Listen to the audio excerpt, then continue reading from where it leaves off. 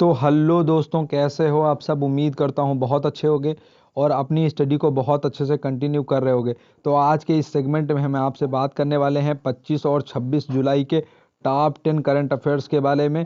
और इससे पहले हम आज के सेगमेंट की शुरुआत करें, नए जुड़े लोगों के लिए हमेशा की तरह दो इन्फॉर्मेशन है। आपको जब भी आंसर करना है तो पहले आपको क्वेश्चन नंबर जरूर मेंशन करना है, यानी कि आपको एक लिख करके फिर ए बी सी या फिर डी टाइप करना है। दूसरी चीज़ ये है कि मैं आपको जब चारों विकल्प पढ़ देता हूँ फिर आंसर करने के लिए आपको मैं 10 सेकंड का टाइम देता हूँ। तो आपको जब भी आंसर करना है इसी 10 सेकंड के टाइम के बीच में ही आंसर करना है। जब मैं आपको 10 सेकंड का टाइम दे देता हूँ तब उसके बाद में आप अपने आंसर्स को कीजिएगा। तो पहले प्रश्न के साथ में मैं आज आपको 25 और 26 जुलाई के करंट अफेयर्स को कवर करना यहाँ से स्टार्ट करते हैं। तो मेरा आज का पहला प्रश्न आपके लिए ये है कि 19 सितंबर से शुरू होने वाला आईपीएल कौन से कंट्री में खेला जाएगा। दोस्तों, आईपीएल का मतलब है इंडियन प्रीमियर लीग, जो भारत में हर साल खेली जाती है। और ये आईपीएल जो है इस साल भारत में कोविड-19 यानी कि कोरोना वायरस डिसीज के कारण नहीं हो पा रहा है।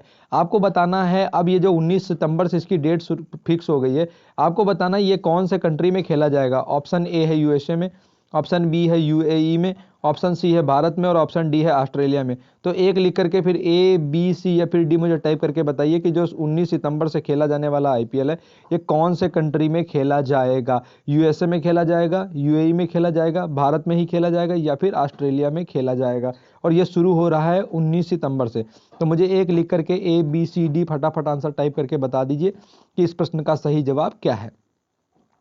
दोस्तों, भारत में खेला जाने वाला जो आईपीएल है ये एक बड़ा क्रिकेट टूर्नामेंट है जिसमें देश के ही क्या होती हैं कि टीमें भाग लेती हैं। इसमें देश के भीतर की टीमें ही भाग लेती हैं और इसमें विदेशी खिलाड़ी भी खेलते हैं। तो ऐसे में इस खेल का रोमांच और बढ़ जाता है। ये 2020 मुकाबले होते हैं सारे के सारे। तो 19 सितंबर से जो शुरू होने वाला आईपीएल है ये कौन से कंट्री में खेला जाएगा, यूएसए में, यूएई में, भारत में या फिर ऑस्ट्रेलिया में। तो हमारे आज के पहले प्रश्न का सही जवाब है ऑप्शन बी, यूएई में। ठीक है, यूएई में 19 सितंबर से आईपीएल खेला जाएगा। यूएई का फुल फॉर्म होता है यूनाइटेड अरब अमीरात, यानी कि संयुक्त अरब अमीरात। संयुक्त अरब अमीरात की एक और महत्वपूर्ण घटना है जो आपको याद रखनी है। अभी हाल ही में इन्होंने क्या किया है, अपना एक मंगल मिशन है जिसको इन्होंने लॉन्च किया है, जिसका नाम था होप। ठीक है, और होप को इन्होंने कहां से लॉन्च किया था, ये लॉन्च किया गया था जापान से। तो यूएई का मंगल मिशन होप है जिसे अभी हाल ही में जापान से लॉन्च किया गया था। इसके अलावा मंगल मिशन से एक चीज और याद रखिएगा कि जो तियानवेन फर्स्ट है, ठीक है, तियानवेन फर्स्ट है, तियानवेन फर्स्ट, ये तियानवेन फर्स्ट किसका मंगल मिशन है, ये मंगल मिशन है चीन का। इसे हाल ही में भी लॉन्च किया गया। इसके अलावा जो भारत का मंगल मिशन था उसका नाम रखा गया था मॉम। तो ठीक है, तो ये तीन मंगल मिशन है जो आपको याद रखने हैं। तियानवेन फर्स्ट जो है चीन का, भी हाल ही में लॉन्च किया गया। मॉम ये था भारत का, और जो होप है ये है हमारा यूएई का, जो जापान से लॉन्च किया गया था। इसके अलावा जो बेन स्टोक्स हैं वो दुनिया के नंबर 1 ऑलराउंडर बन गए हैं। और इन्होंने किसको पछाड़ा है, तो जो जेसन होल्डर थे वेस्ट इंडीज के, इनको पिछाड़ करके इंग्लैंड के खिलाड़ी बेन स्टोक्स जो है वो क्या हो गए, दुनिया के नंबर 1 ऑलराउंडर हो गए हैं। तो 19 सितंबर से खेला जाने वाला आईपीएल खेला जाएगा यूएई में। तो हमारा आज का दूसरा प्रश्न है कि प्रख्यात नृत्यांगना अमला शंकर, जिनका 101 वर्ष की आयु में निधन हो गया है, वह कौन से राज्य से संबंधित है। आपके ऑप्शन है, ऑप्शन ए उत्तराखंड से, ऑप्शन बी उत्तर प्रदेश से, ऑप्शन सी बिहार से या फिर ऑप्शन डी पश्चिम बंगाल से। तो जो प्रख्यात नृत्यांगना अमला शंकर जी हैं, इनका अभी हाल ही में 101 वर्ष की आयु में निधन हो गया है। आपको बताना है ये कौन से स्टेट से रिलेटेड थी, उत्तराखंड से, उत्तर प्रदेश से, बिहार से या फिर पश्चिम बंगाल से। तो दो लिख करके ए बी सी और डी टाइप करके मुझे बताइए आज के हमारे दूसरे प्रश्न का सही जवाब क्या है। दोस्तों, जो रविशंकर थे प्रसिद्ध सितार वादक, यह इनके देवर थे। इसके अलावा इनके ससुर और इनके पिता दोनों भी कला और संगीत के क्षेत्र से जुड़े हुए थे। तो महत्वपूर्ण रूप से इनका घराना है और यह स्वयं भी एक प्रख्यात नृत्यांगना रही अमला शंकर। और भारत के विभाजन से पूर्व इनका जन्म हुआ था। आपको बताना है कि यह कौन से स्टेट से रिलेटेड है, उत्तर प्रदेश, उत्तराखंड, बिहार या फिर पश्चिम बंगाल। तो चलिए दोस्तों, मैं आज आपको अपने दूसरे प्रश्न का सही जवाब आपको बता देता हूं। हमारे आज के दूसरे प्रश्न का सही जवाब है पश्चिम बंगाल। तो जो प्रख्यात नृत्यांगना अमला शंकर हैं, इनका रिलेशन किसके साथ में, इनका रिलेशन है पश्चिम बंगाल के साथ में। मुख्यमंत्री ममता बनर्जी, राज्यपाल हैं जगदीप धनखड़। और यहाँ की जो दार्जिलिंग टी है, ये चीज आपको याद रखनी है। तो यहाँ की दार्जिलिंग टी है भी, इसको हाल ही में क्या हुआ था, जीआई टैग मिला था। बढ़ते हैं यहाँ से हम आज के अपने तीसरे प्रश्न की तरफ, देख लेते हैं हमारा आज का तीसरा प्रश्न क्या है। तीसरा प्रश्न हमारा है आरआईएल। ठीक है, आरआईएल का मतलब है रिलायंस इंडस्ट्री लिमिटेड। ठीक है, रिलायंस इंडस्ट्री लिमिटेड जो है ये दुनिया की सबसे बड़ी दूसरी ऊर्जा कंपनी बन गई है, यानी कि एनर्जी के क्षेत्र में ये दुनिया की दूसरी सबसे बड़ी कंपनी बन गई है। आपको बताना है कि दुनिया की सबसे बड़ी ऊर्जा कंपनी कौन सी है। ठीक है, इसके अब मैं आपको ऑप्शन दे देता हूं। तो एक्सा नामी बिल अमेरिका, सऊदी अरामेको, HCL या फिर इनमें से कोई नहीं। तो जो रिलायंस इंडस्ट्रीज लिमिटेड है ये दुनिया की दूसरी सबसे बड़ी ऊर्जा कंपनी बन गई है। आपको बताना है कि यह दुनिया की जो सबसे बड़ी ऊर्जा कंपनी है वो कौन सी है। एक्सा मोबिल अमेरिका है, सऊदी अरामेको है, HCL है या फिर इनमें से कोई नहीं। तो 3 लिख करके फिर A, B, C और D टाइप करके मुझे बताइए कि RIL से ऊपर कौन सी कंपनी है जो दुनिया की सबसे बड़ी ऊर्जा कंपनी है। वो एक्सा मोबिल अमेरिका है, सऊदी अरामेको है, HCL है या फिर इनमें से कोई 3 लिख करके ABCD टाइप करके मुझे इसका आंसर फटाफट दे दीजिए। ठीक है, तो चलिए दोस्तों हम यहाँ से देखना शुरू करते हैं आज के अपने तीसरे प्रश्न का सही जवाब क्या है। दोस्तों जो RIL है यानी कि जो रिलायंस इंडस्ट्रीज लिमिटेड है ये दुनिया की दूसरी सबसे बड़ी ऊर्जा कंपनी बन गई है। और जो दुनिया की सबसे बड़ी ऊर्जा कंपनी है वो है सऊदी अरामेको। सऊदी अरामेको दुनिया की सबसे बड़ी ऊर्जा कंपनी है। और जो एक्सा मोबिल अमेरिका थी अभी तक ये दुनिया की दूसरी सबसे बड़ी कंपनी हुआ करती थी और इसी एक्सा मोबिल अमेरिका को पछाड़ करके जो RIL है ये अब दूसरे नंबर पर आ गई है, जबकि एक्सा मोबिल अब तीसरे स्थान पर पायदान पर चली गई है। इसके अलावा अगर हम बात करें दोस्तों तो जो हमारे RIL यानी कि रिलायंस इंडस्ट्रीज के जो मालिक हैं मुकेश अंबानी, ये एशिया के सबसे धनी व्यक्ति हैं। और जो टॉप 5 दुनिया के सबसे धनी व्यक्ति हैं वहां की सूची में भी अब मुकेश अंबानी का नाम आ गया है। तो RIL यानी कि रिलायंस इंडस्ट्रीज लिमिटेड ये दुनिया की दूसरी सबसे बड़ी ऊर्जा कंपनी बन गई है। इसने क्या किया है, एक्सा मोबिल अमेरिका को पिछाड़ दिया है। ठीक है, अब इसके अलावा अगर हम अमेरिका के बारे में बात करें तो अमेरिका ने अभी हाल ही में क्या किया है, ह्यूस्टन में जो चीन का दूतावास है, ह्यूस्टन में जो चीन का वाणिज्यिक दूतावास है इसको वहां पर बंद कर दिया है। और इसके जवाबी कार्रवाई करते हुए चीन ने भी क्या किया है, जो चेंगदू में अमेरिका का वाणिज्यिक दूतावास था इसे बंद करने का आदेश दे दिया है। बढ़ते हैं यहां से हम आज के अपने चौथे प्रश्न की तरफ, देख लेते हैं हमारा आज का चौथा प्रश्न क्या है। हमारा चौथा प्रश्न है कि जो सिरपुरकर आयोग है इसका संबंध कौन सी घटना से है। ऑप्शन ए है हैदराबाद हत्याकांड से, ऑप्शन बी है कानपुर हत्याकांड से, ऑप्शन सी है जाजमऊ हत्याकांड से या फिर इनमें से कोई नहीं। हत्याकांड स्लैश में आप यहाँ पर मुठभेड़ भी लिख सकते हैं। ठीक है, मुठभेड़। तो आपको बताना है कि सिरपुरकर आयोग का संबंध कौन सी घटना से है।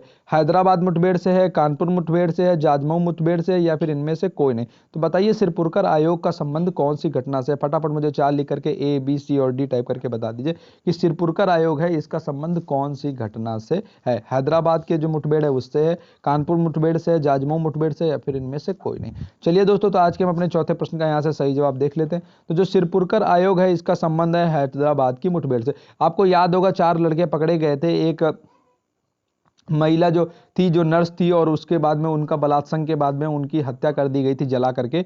और इसके आरोप में जो 4 लड़के पकड़े गए थे फिर बड़े ही नाटकीय ढंग से उनका एक इनकाउंटर में उन चारों लड़कों को मार दिया गया था। तो उसके बाद में जो वो हैदराबाद की मुठभेड़ हुई थी सुबह 3:30 बजे, जहां पर क्राइम सीन क्रिएट करने के लिए पुलिस उन्हें ले करके गई थी, तो उससे रिलेटेड जो जांच थी वो सिरपुरकर आयोग उससे रिलेटेड है। और सिरपुरकर आयोग का कार्यकाल क्या किया गया, 6 माह और बढ़ा दिया गया है। ठीक है, इसका आयोग का कार्यकाल 6 माह बढ़ा दिया गया है। देख लेते हैं यहाँ से आज का हमारा पांचवा प्रश्न क्या है। तो अभी हाल ही में स्वदेशी वेंटिलेटर का क्लिनिकल ट्रायल शुरू हो गया है, इसका नाम क्या है। तो दोस्तों भारत का एक स्वदेशी वेंटिलेटर है जिसका अब क्लिनिकल ट्रायल शुरू हो गया है। आपको बताना है इसका नाम क्या है। ऑप्शन ए है प्राणवायु, ऑप्शन सी है जीवन वायु, ऑप्शन सी है स्वस्थ वायु या फिर ऑप्शन डी है आत्मनिर्भर। तो 5 लिख करके A, B, C और D टाइप करके मुझे बताइए हमारे आज के पांचवें प्रश्न का सही जवाब क्या है। अभी हाल ही में जो स्वदेशी वेंटिलेटर है इसका क्लिनिकल ट्रायल शुरू हो गया, इसका नाम क्या है। प्राणवायु ऑप्शन ए, जीवन वायु ऑप्शन बी, स्वस्थ वायु ऑप्शन सी या फिर आत्मनिर्भर ऑप्शन डी।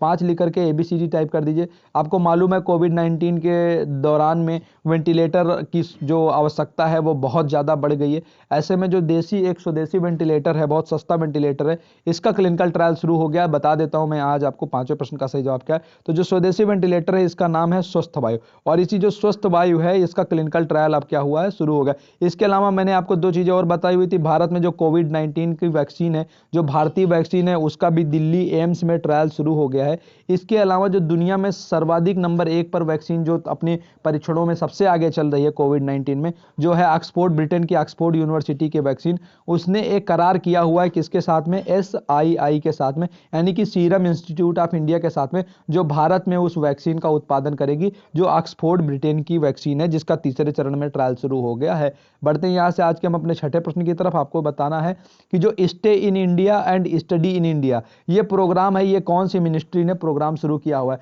तो अभी हाल ही में एक मंत्रालय है जिसने स्टे इन इंडिया और स्टडी इन इंडिया नामक एक प्रोग्राम शुरू किया है। आपको बताना है ये प्रोग्राम कौन से मंत्रालय ने शुरू किया है। ऑप्शन ए है HRD मिनिस्ट्री, ऑप्शन बी है गृह मंत्रालय, ऑप्शन सी है वित्त मंत्रालय और ऑप्शन डी है शिक्षा विभाग। तो आपको बताना है स्टे इन इंडिया और स्टडी इन इंडिया ये प्रोग्राम जो है ये किस मंत्रालय ने शुरू किया है। मानव संसाधन विकास मंत्रालय ने शुरू किया है, गृह मंत्रालय ने शुरू किया है, वित्त मंत्रालय ने शुरू किया है या फिर शिक्षा विभाग ने शुरू किया हुआ है। तो फटाफट मुझे बता दीजिए कि स्टे इन इंडिया और स्टडी इन इंडिया नामक जो प्रोग्राम है ये कौन से मंत्रालय ने शुरू किया है। एचआरडी मिनिस्ट्री, गृह मंत्रालय यानी कि होम मिनिस्ट्री या फिर वित्त मंत्रालय यानी कि फाइनेंस मिनिस्ट्री। तो फटाफट मुझे 6 लिख करके ABCD टाइप कर दीजिए। चलिए आज के हम अपने छठे प्रश्न का यहाँ से सही जवाब देख लेते हैं। तो हमारा आज का छठा प्रश्न था कि stay in India study in India नामक प्रोग्राम कौन से मंत्रालय ने शुरू किया है।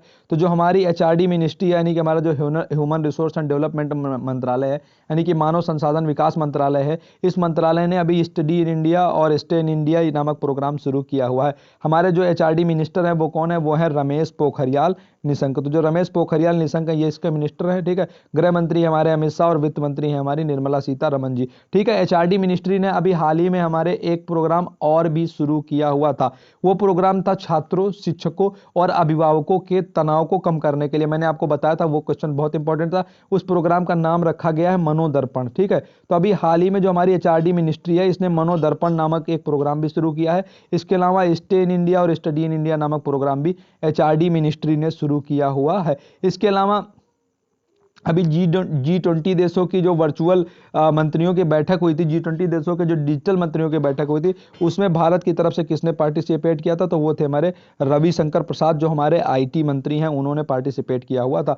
बढ़ते हैं आगे, देख लेते हैं यहाँ से हम आज के अपने सातवें प्रश्न को। हमारा आज का सातवां प्रश्न क्या है, तो जो हमारे आरबीआई के गवर्नर हैं शक्तिकांत दास जी, इन्होंने कहा है कि वर्तमान वित्तीय वर्ष में जो इंडिया का एनपीए है वो कोविड-19 के कारण 14.7% तक बढ़ सकता है। आपको बताना है कि मार्च 2020 में भारत का एनपीए कितना था, ठीक है। तो जो आरबीआई के हमारे गवर्नर हैं शक्तिकांत दास जी, इन्होंने अभी बताया है कि कोविड-19 महामारी के कारण जो एनपीए है यानी कि जो नॉन परफॉर्मिंग एसेट्स हैं, इनकी जो तादाद है ये 14.7% तक बढ़ सकती है। आपको बताना है कि मार्च 2020 में भारत का एनपीए कितने फीसद रहा था, 7.5%, 9.5%, 4.6% या फिर 8.5%। तो 7 लिख करके ABCD टाइप करके मुझे बताइए इस प्रश्न का सही जवाब क्या है। आरबीआई गवर्नर शक्तिकांत दास जी के अनुसार वर्तमान में जो वित्तीय वर्ष है इसमें भारत का एनपीए 14.7% तक बढ़ने का अनुमान है। आपको बताना है मार्च 2020 में भारत का एनपीए कितना रहा था, 7.5%, 9.5%, 4.6% या फिर 8.5%, ठीक है। तो फटाफट मुझे इसका जवाब बता दीजिए कि इसका जवाब क्या है। आरबीआई गवर्नर शक्तिकांत दास जी ने जो बताया है उसके हिसाब से भारत का एनपीए मार्च 2020 में कितना था, जबकि 14.7% तक बढ़ने का अनुमान लगाया गया है इस वित्तीय वर्ष में, ठीक है। तो चलिए हम आज के अपने सातवें प्रश्न का यहाँ से सही जवाब देख लेते हैं। तो जो आज के हमारे सातवें प्रश्न का सही जवाब है 8.5%। तो मार्च 2020 में नॉन परफॉर्मिंग एसेट्स की जो फीसदी थी वो था 8.5%। अब ये बढ़ करके काफी ज्यादा बढ़ करके 14.6% तक हो जाने का अनुमान लगाया गया है आरबीआई गवर्नर शक्तिकांत दास जी के द्वारा। इसके अलावा मैंने आपको बताया हुआ था भी कि जो संयुक्त राष्ट्र है उसने बताया हुआ है कि जो अरब देश हैं, संयुक्त राष्ट्र ने बताया है कि जो अरब देश हैं वहाँ पर जो उनकी जीडीपी है और जो वहाँ का विकास दर है, वहाँ की विकास दर गिर करके वहाँ की विकास दर 6.5% तक गिर सकती है। तो जो अरब कंट्री हैं, गल्फ कंट्री हैं, अरब देशों का जो जीडीपी है उसमें 6.5% तक की गिरावट देखने को मिल सकती है, ये कहा है हमारा यूएनए यानी कि यूनाइटेड नेशंस ने। बढ़ते हैं यहाँ से हम आज के अपने आठवें प्रश्न की तरफ, देख लेते हैं हमारा आज का आठवां प्रश्न क्या है। तो हमारा आज का आठवां प्रश्न है कि मध्य प्रदेश के राज्यपाल लालजी टंडन की मृत्यु के पश्चात किस को मध्य प्रदेश के राज्यपाल का अतिरिक्त कार्यभार सौंपा गया है। तो आपको बताना है कि जो अभी आपको पता है कि उत्तर प्रदेश में जो मेदांता अस्पताल है वहां पर मध्य प्रदेश के राज्यपाल का जो लालजी टंडन जी थे उनका निधन हो गया था। अब आपको बताना है कि इनके निधन के पश्चात में किसे मध्य प्रदेश के राज्यपाल का अतिरिक्त कार्यभार सौंपा गया है। बिहार के राज्यपाल को ऑप्शन ए, उत्तर प्रदेश के राज्यपाल को ऑप्शन बी, पश्चिम बंगाल के राज्यपाल को ऑप्शन सी या फिर छत्तीसगढ़ के राज्यपाल को ऑप्शन डी। तो मुझे बताइए मध्य प्रदेश के राज्यपाल लालजी टंडन की मृत्यु के पश्चात किसे मध्य प्रदेश के राज्यपाल का अतिरिक्त कार्यभार सौंपा गया है। बिहार, उत्तर प्रदेश, पश्चिम बंगाल या फिर छत्तीसगढ़, कहाँ के वो राज्यपाल हैं जिन्हें अतिरिक्त कार्यभार सौंपा गया मध्य प्रदेश का। 8 लिख करके A, B, C और D टाइप करके मुझे बताइए आज के हमारे आठवें प्रश्न का सही जवाब क्या है।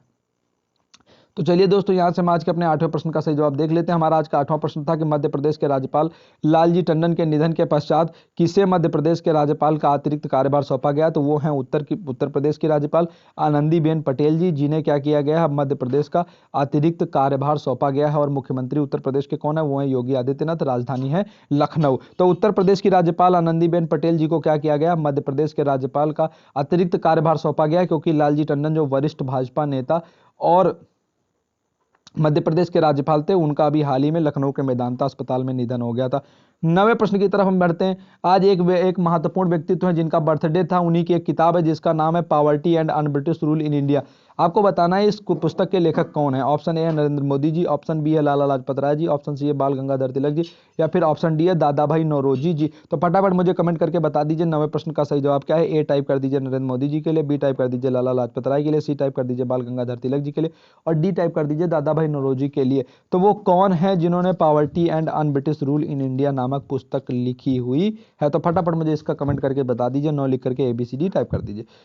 तो चलिए दोस्तों, हम आज के अपने यहाँ पर 9वें प्रश्न का सही जवाब देख लेते हैं। ये प्रश्न आज का सबसे आसान प्रश्न था। क्वेश्चन था हमारा poverty and un-British rule in India के लेखक कौन है। तो इस प्रश्न का सही जवाब है दादा भाई नौरोजी जी। दादा भाई नौरोजी जी ने क्या किया था, poverty and un-British rule in India नामक किताब लिखी हुई थी। और जो पहल भारत की जो राष्ट्रीय आय है और जो प्रति व्यक्ति आय है, इसका अनुमान लगाने वाले व्यक्तियों में से दादा भाई नौरोजी जी एक थे। इसके अलावा ब्रिटिश संसद में भी ये चुने गए थे और वहां पर भी इन्होंने भारत का प्रतिनिधित्व किया हुआ था। दादा भाई नौरोजी पहले पारसी व्यक्ति थे। इनका संबंध बंबई से, जो भारतीय राष्ट्रीय कांग्रेस के अध्यक्ष बने थे। तो 1885 में हुई थी भारतीय राष्ट्रीय कांग्रेस की स्थापना। किसके द्वारा की गई थी, ये की गई थी A.O. ह्यूम के द्वारा। कहां पर की गई थी बंबई में, गोकुलदास तेजपाल संस्कृत महाविद्यालय में। भारतीय राष्ट्रीय कांग्रेस के पहले अध्यक्ष कौन थे, तो वो थे हमारे व्योमेश चंद्र बनर्जी। ठीक है, पहला अधिवेशन हुआ था बंबई में, दूसरा हुआ था कलकत्ता में, तीसरा हुआ था मद्रास में, और चौथा अधिवेशन हुआ था इलाहाबाद में। ठीक है, तो ये पहले 4 अधिवेशन हो गए। पहले अध्यक्ष थे जो हमारे व्योमेश चंद्र बनर्जी, पहले पारसी व्यक्ति अध्यक्ष थे दादा भाई नौरोजी, पहले विदेशी व्यक्ति अध्यक्ष थे जॉर्ज यूल, और पहले मुस्लिम अध्यक्ष थे बदरुद्दीन तैयब जी। पहली महिला अध्यक्ष बनी थी इसकी श्रीमती एनी बेसेंट, और पहली जो भारतीय महिला अध्यक्ष थी वो थी कानपुर अधिवेशन की जो अध्यक्षता जिन्होंने की हुई थी सरोजिनी नायडू जी ने। तो ठीक है, तो ये हो गई भारतीय राष्ट्रीय कांग्रेस से जुड़े हुए कुछ महत्वपूर्ण तथ्य। अब बढ़ते हैं यहाँ से हम आज के अपने 10वें और अंतिम प्रश्न की तरफ। आपको बताना है जो देश का दूसरा सर्वविश्व संग्रहण केंद्र है, ये कहां पर बनेगा। ऑप्शन ए है जसपुर में, ऑप्शन बी है उधमपुर में, ऑप्शन सी है रायपुर में, और फिर ऑप्शन डी है निहालपुर में। दोस्तों, मैं आपसे क्वेश्चन पूछ रहा हूं कि देश का दूसरा सर्पविष संग्रहण केंद्र कहां पर बनेगा। सर्पविष का संग्रहण करके मैंने आपको बताया हुआ है कि फिर उससे एंटीवेनम बनाया जाता है, यानी कि जो सांप के काटने की दवा है वो जो सांप के विष से ही बनाई जाती है। तो देश का जो दूसरा सर्पविष संग्रहण केंद्र है वो कहां पर बनना है। पहले विष केंद्र के बारे में मैं बता देता हूं आपको। तो जो चेन्नई है, वहां पर जो तमिलनाडु की राजधानी है चेन्नई, वहां पर दोस्तों क्या है, पहला सर्पविष संग्रहण केंद्र वहां पर बना हुआ है। अब दूसरा सर्पविष का संग्रहण केंद्र बनाया जा रहा है छत्तीसगढ़ में।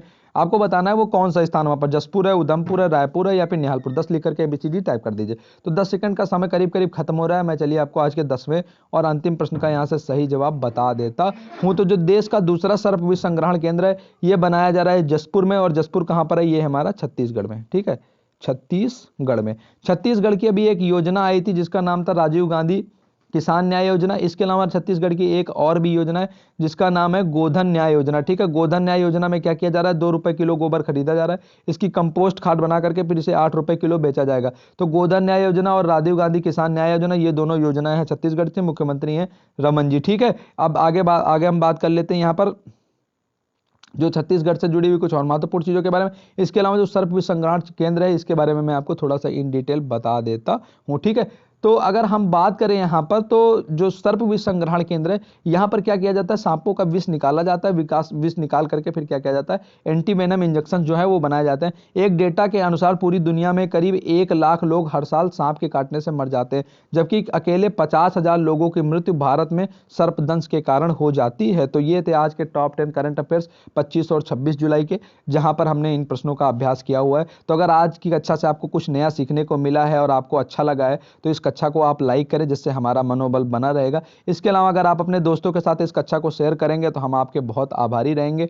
बाकी सारे लिंक डिस्क्रिप्शन में ऐड है, जहां से जाकर के आप सारी चीज़ों को देख सकते हैं, उन्हें हमारे चैनल के माध्यम से एंजॉय कर सकते हैं। टेलीग्राम ग्रुप और व्हाट्सएप ग्रुप के लिंक भी वहां पर ऐड है, वहां से जाकर के आप हमारे साथ जुड़ सकते हैं। तो क्लास को लाइक करें, अपने दोस्तों के साथ में शेयर करें, और चैनल पर नए हैं तो सब्सक्राइब कर लें। बेल आइकन दबा लेंगे तो आपको नोटिफिकेशन सबसे पहले मिलेगी। अगर ग्रुप में है तो चैनल सब्सक्राइब करना कोई जरूरी नहीं है, लिंक मैं वहां पर आपको सेंड करता रहता हूं। तो thank you so much, thanks for watching this live class, thank you.